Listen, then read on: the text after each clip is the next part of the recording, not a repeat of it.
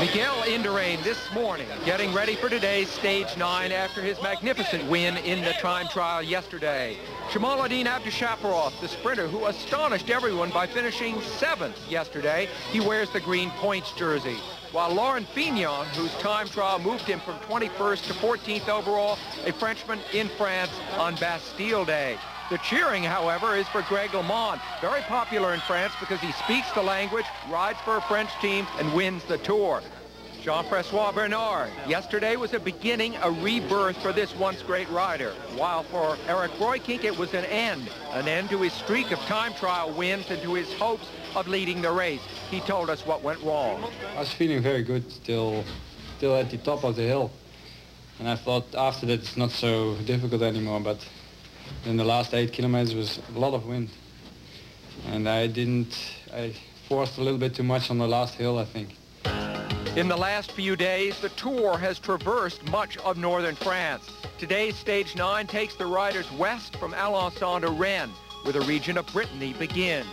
The stage, 100 miles of smallish hills, a landscape opening out into bigger fields along the way. Shortly after leaving Alençon, Dmitry Konashev pulls alongside Henri Abadie, joining the Frenchman in a two-man breakaway. On a day following a time trial as demanding as yesterday, the peloton might have been expected to set a quiet pace. Once again this year, that is not the case. A group of 8 now join the early leaders, swelling the breakaway to 10. None of the overall leaders are in this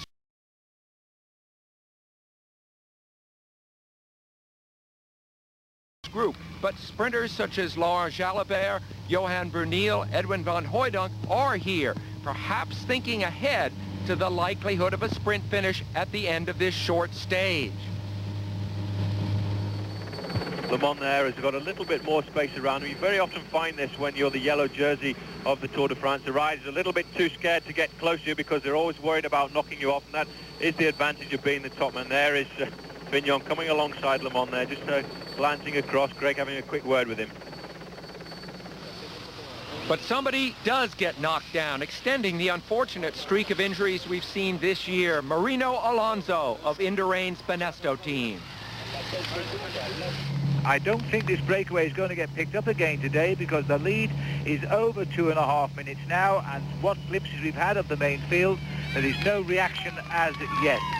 This is Calcaterra going through, being followed through here now by Thierry Bourguignon, and there is a reaction from the bunch. Greg LeMond has moved up to the front, and it looks as though the Z team are happy to ride along here. Keep an eye on the big leaders in the main field. So the peloton goes by, headed west on July 14th, France's big national holiday. Nationalism is a powerful force shaping professional bike racing. And through the years, France and French teams have dominated the Tour with 36 victories. Belgium is next. Spain has just 3. America's 3, all by LeMond. Ireland's single win by Stephen Roche, eliminated from this year's Tour early in the race. The peloton in the final miles of today's stage 9, chasing hard. The gap to the break is shrinking steadily. The riders of the break working out their endgame strategies. And so now the leaders here are entering the outskirts of Rennes. They're 5 kilometers or so from the line, and the gap is now down to 1 minute and 30 seconds, so it's still touch and go, Paul. Well, it is touch and go. I think at 20 kilometers to go when the riders went through Chateau Giron, I would have said that they were going to get caught, but there's been a little bit of a change in the tactics at the back there. The Panasonic riders deciding not to chase anymore, so the gap went back up a little bit for 10 or 15 seconds, and now it's stabilizing at 1.5 minutes. Now there's 10 kilometers to go now, and it's inside the streets of Rennes, and anything can happen really. I think there's going to be an attack once we go around 1 or 2 of these corners, and the team who will have to do all the work is the Toshiba team, because they have 3 men here, plus the fastest sprinter, Laurent Jalabert. And that is why Bernard Vallet, the team manager, is up alongside his Toshiba riders there. And I think, Paul, he's telling one of them they must attack. Well, he will be telling them to watch out for the attacks of the other riders as we go under the banner for 5 kilometers to go. Ribeiro taking up the back here. Riders still wanting to know from their team managers what the gap is behind, because they want to start jostling a little bit for position here, looking for the attack. They don't want to ride as hard as they have been, but always worried about the field coming back from behind. 5 kilometres now for the big field. Greg LeMond, as usual, riding at or near the front and keeping out of trouble and the risk of crashing at the back. And the break has shrunk to the point where none of the leaders of the race overall will see their positions change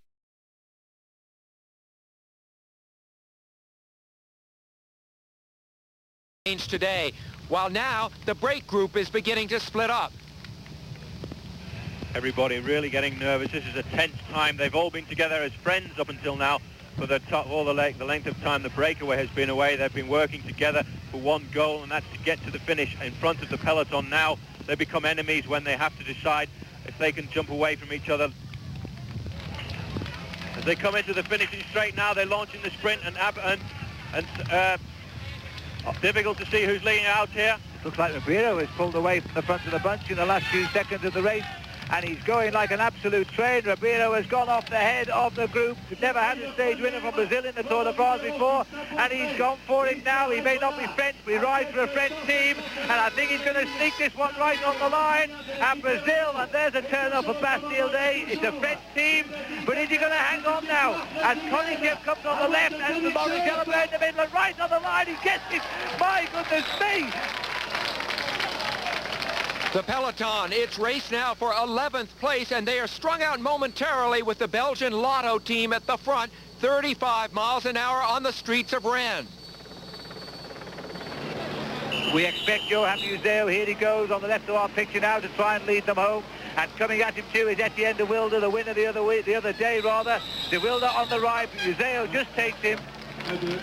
So with Mauro Ribeiro managing to hold on against Laurent Jalabert, he rides into the history books as Brazil's first ever stage winner. Konicek is third.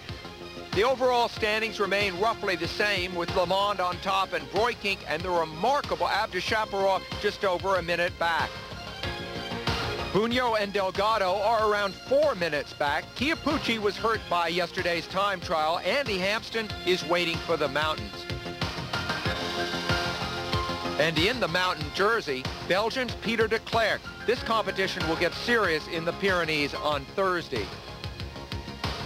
While the green jersey battle, which is more like a war, is led, as it has been all week, by the Soviet Abdushaparov. The Tour de France, an international event, as Phil Liggett reports.